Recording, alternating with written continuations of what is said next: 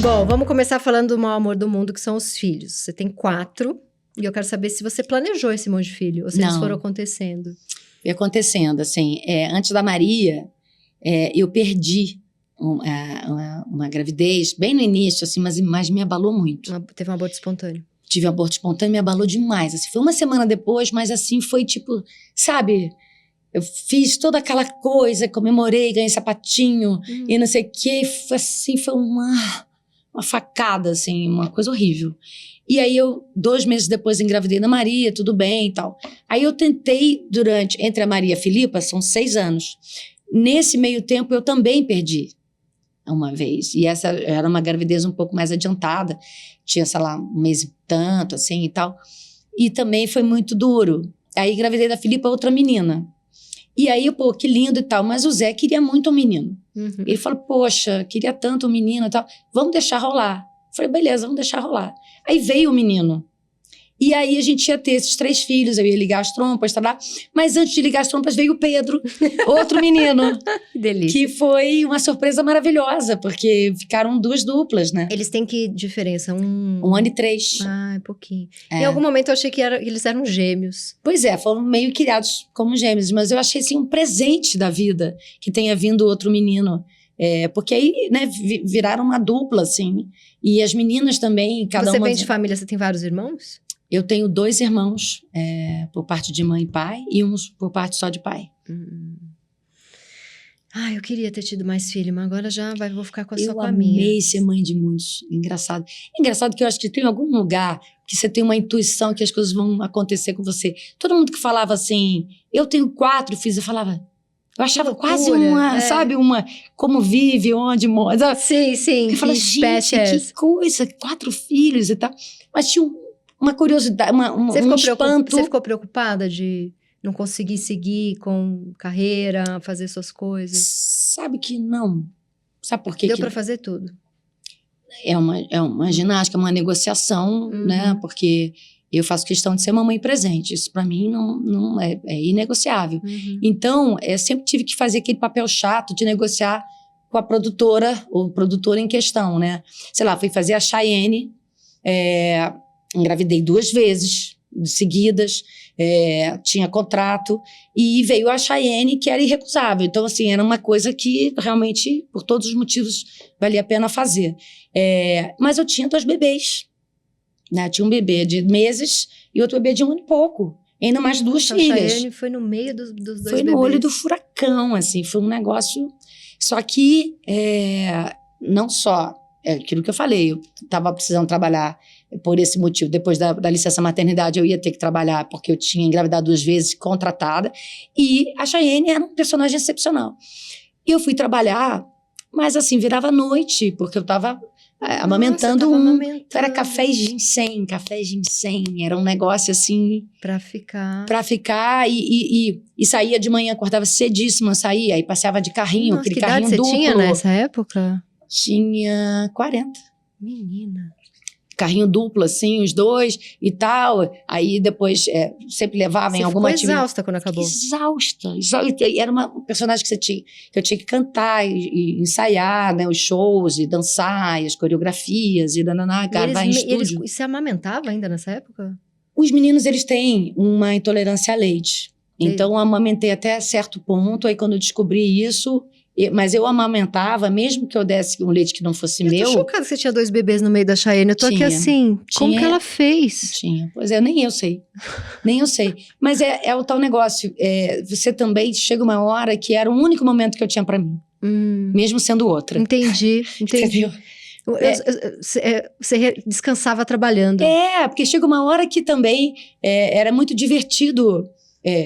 eu ficava nessa maratona toda em casa e em algum momento, o momento que eu relaxava é quando eu tava com aqueles cílios postiços de penas, com aquelas unhas postiças que trocava a cada roupa. Delícia. Cantando e dançando. Você amou fazer, né? Amei. Como que, eu sempre faço essa pergunta, ela é repetida aqui. Como que você fez com uma família grande assim pra ter aquela solidão criativa, pra poder, sabe...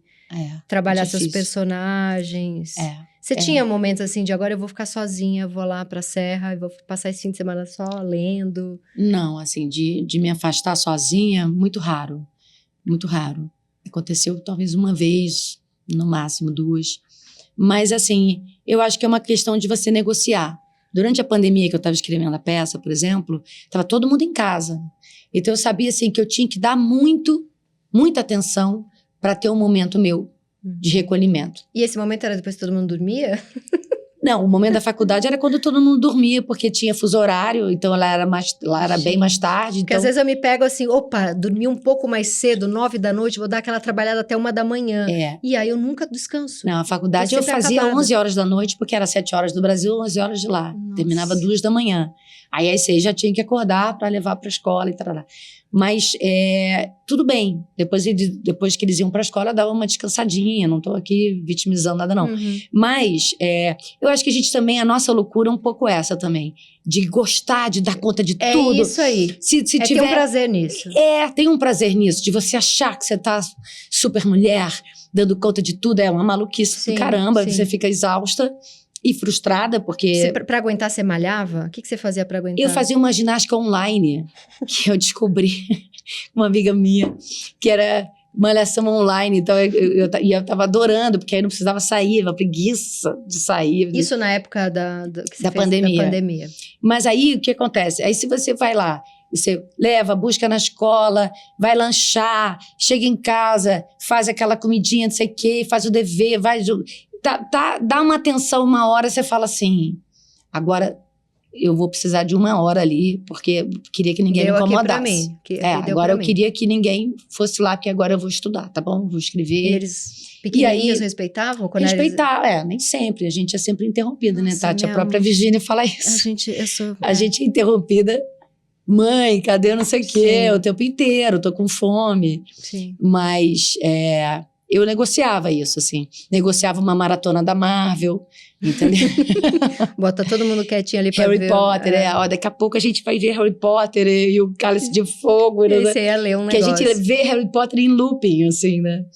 E aí cada um tem o seu preferido. Que legal. E a gente vê 200 vezes maratonando tudo de novo. Que legal. E aí era um pouco isso, assim, de escrever, cavar os momentos que eles estavam na escola também, né?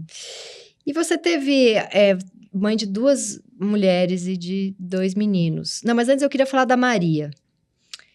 Que ela tá, essa linda, maravilhosa, talentosa. Você fica com um pouco de receio, assim, desse mundo tão machista?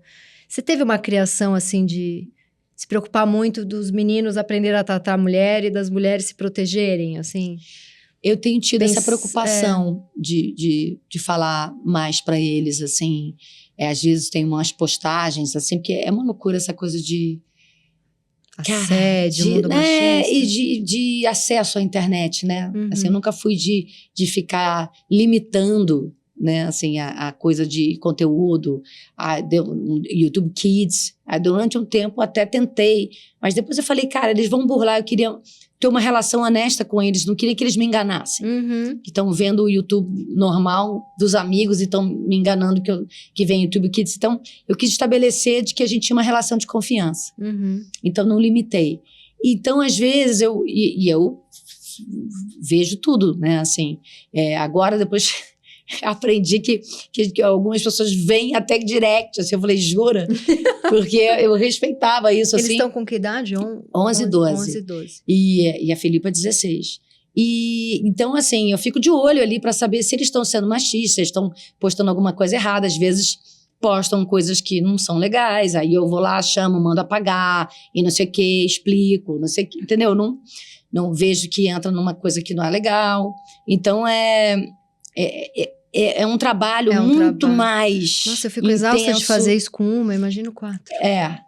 E a coisa da Maria, claro que, sendo desse meio também artístico, assim, que a gente vê que que as pessoas, aquilo que a gente estava falando, né, que tem muito julgamento, que é muita exposição, e é uma pessoa, né, entrando tão crua, né, que para mim ela é uma menina, uma menina.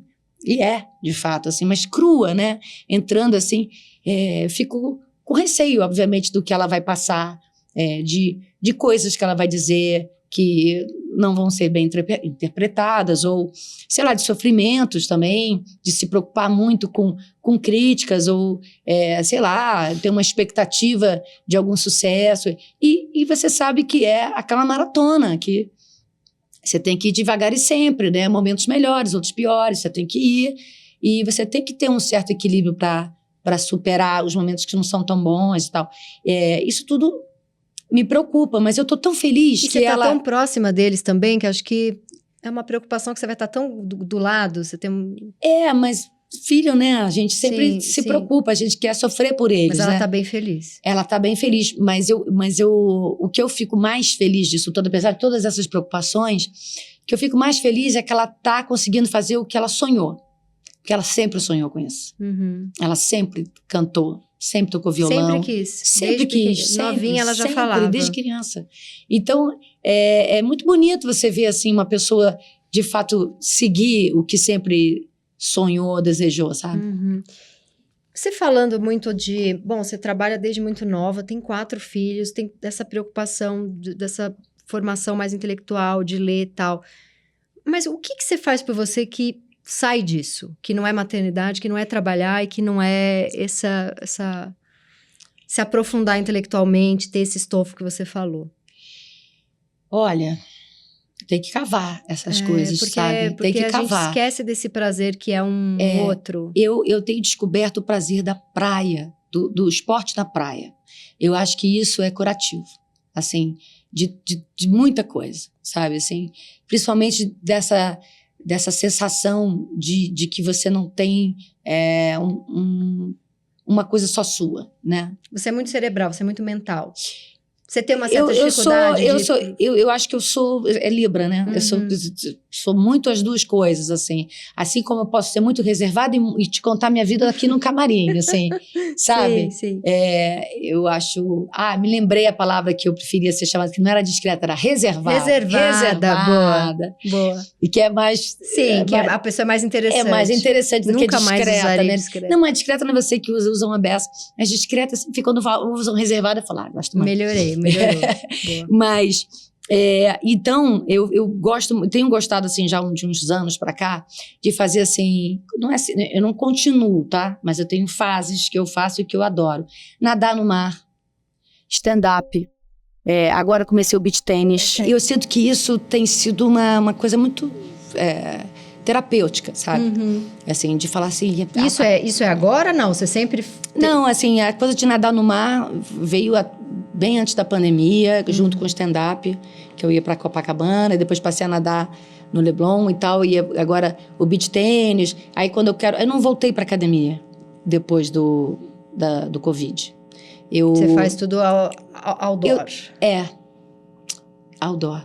E aí tem a minha ginástica online, que quando eu quero fazer pezinho, não sei o que, eu faço aquilo ali. Mas eu descobri que, pra minha alegria, pra minha energia vital, sabe, que eu tinha que ir pra rua, fazer isso, fazer esporte. Uhum. Passei a jogar tênis também antes da pandemia. Não saco, ficam te parando, fazer foto. No Rio não tem isso, não. No Rio já estão acostumados, no tem Rio artista em todo lugar. Artista já é, tipo, meio chato até encontrar, ninguém nem liga. A próxima pergunta já era sobre o fluxo de consciência, a gente já falou. Vamos falar agora dentro do amor por amigos. Pelo que eu pesquisei, suas melhores amigas, vamos ver se está certo, de profissão que você conheceu trabalhando. É a Malu Mader, a Drica Moraes e a Renata Sorra, é isso? São grandes amigas. Pesquisei bem. Como que você foi construindo com elas esses anos? A Malu, eu falei, né? Sim, que a gente ficou amiga lá atrás e a gente sempre foi amiga. Ela segue dormindo nas histórias que você conta, brincadeira. Não, a gente também teve uma coisa assim dos casais também darem bem os maridos, não sei o quê e tal. Então a gente sempre viajou juntos e tal. E aí foi uma vida muito próxima, assim, sei lá, dela viajar comigo pra fazer enxoval, sabe? Coisa muito de estar ali. Eu sempre falo isso, ela gosta que eu fale. Que ela estava ali virando a noite no hospital para ver minha primeira filha nascer com a minha família. Então ela realmente é uma amiga muito presente. A Renata foi minha mãe numa novela, uma outra novela do Gilberto chamada Pátria Minha. E a gente ficou muito amigas, assim, de cara. E nunca mais deixamos de ser amigas. Ela também é madrinha, a Lu é a madrinha do meu filho, a Renata também, do caçula. A Drica é minha amiga mais antiga delas todas. Ah, antes da Malu? Porque ela é minha amiga do tablado. E a Drica, ela passou um mês, no início da pandemia, quando teve o primeiro lockdown, ela estava na minha casa, na Serra. Ah, eu acho que eu li sobre isso. Vazou alguém... Não, no aniversário dela, eu botei uma foto. Nossa, aliás, pelo amor de Deus, gente, eu não tenho um caso com a Drica. Porque rolou essa história.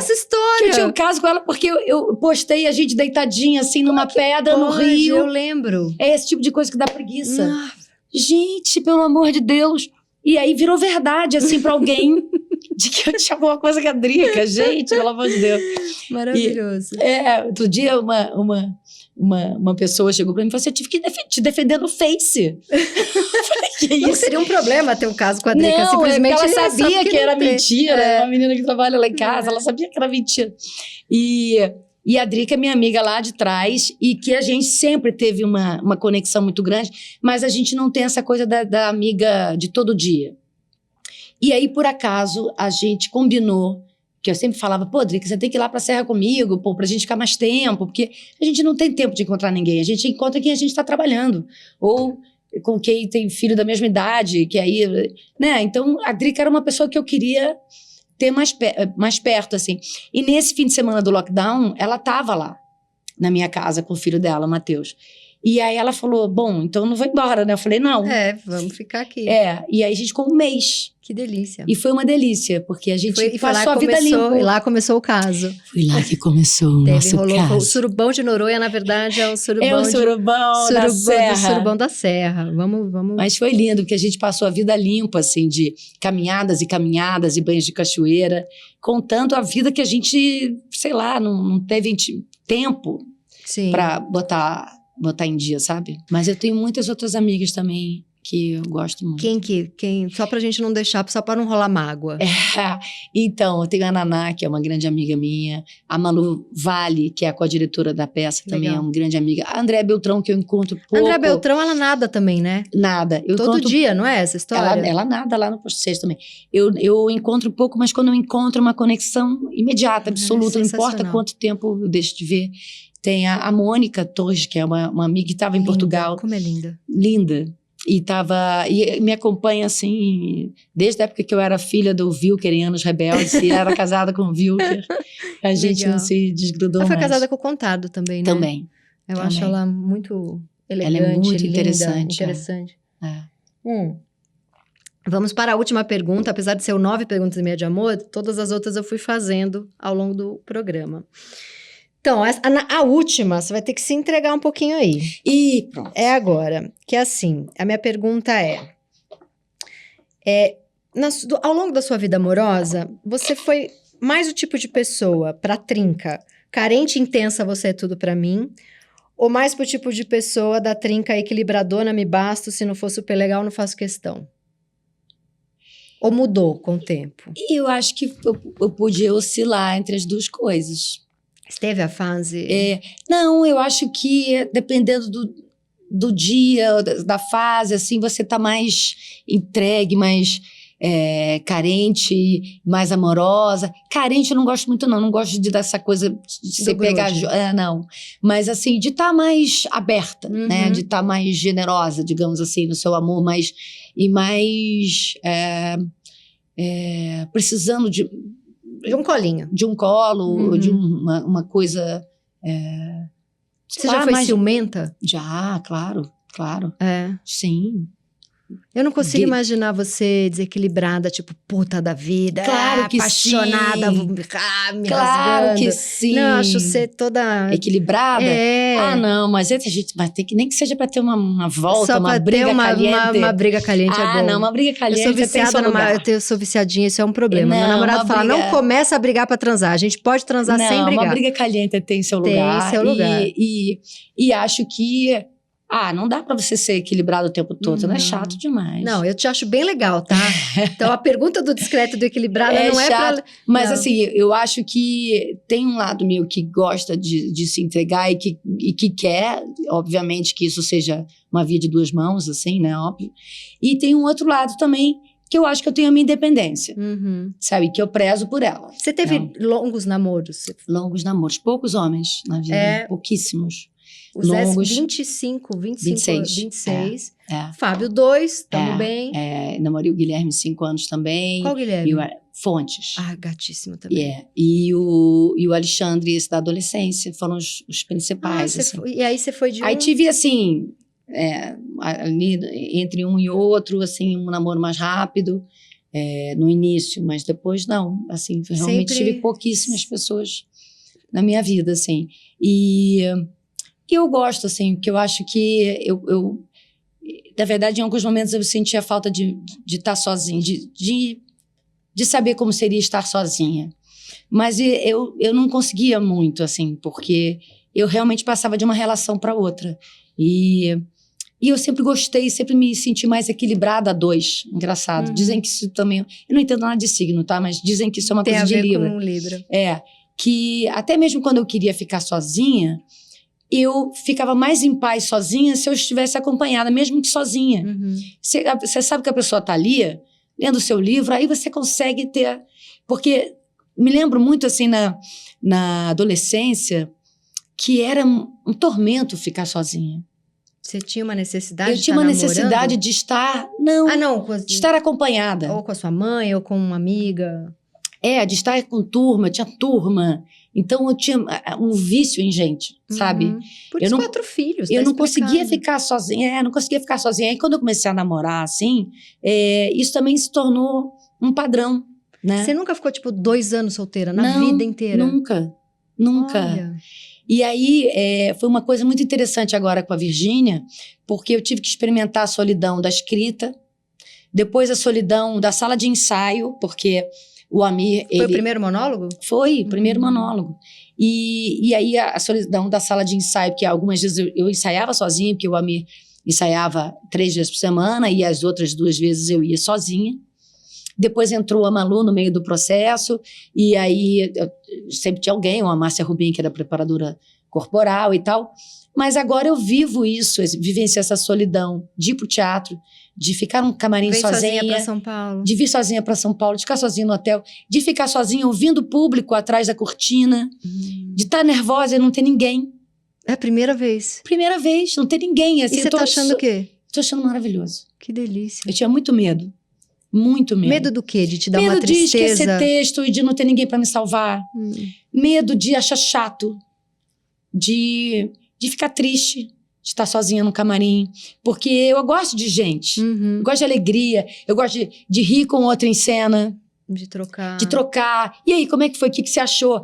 E, de repente, eu voltei ao teatro pós-pandemia sozinha. Sozinha. E, então, assim, toda aquela coisa eu tinha medo de não achar gostoso, assim, sabe? Eu tinha medo de achar chato, Você nunca triste. foi, então, uma pessoa de... Vou fazer uma viagem sozinha, em algum momento da vida. Deixar todos os filhos... Eu projeto essa mulher madura, que eu ainda não consegui ser. Não foi! O que eu consigo fazer, sempre consegui, é subir a serra sozinha de carro. Mas isso aí você chega lá e fala, pronto, consegui, pode vir todo mundo agora. Agora, ultimamente, já nessa fase da peça, eu consegui subir sozinha uma vez e foi maravilhoso. Quanto tempo você tem essa casa? Eu tenho essa casa já há 10 anos. E agora que você conseguiu? Subi a primeira vez sozinha. Olha. Porque assim, eu já subi sozinha com criança, né? Assim, sim. Mas sozinha, assim, foi recentemente, assim, e foi uma experiência maravilhosa. Porque eu tenho gostado disso que a peça me trouxe, sabe? De que você pode gostar de estar sozinha. Que interessante. Muito bom. Agora, a meia pergunta, que é a última pergunta. Ao fazer 50 anos, eu me tornei uma mulher mais sexy, por quê?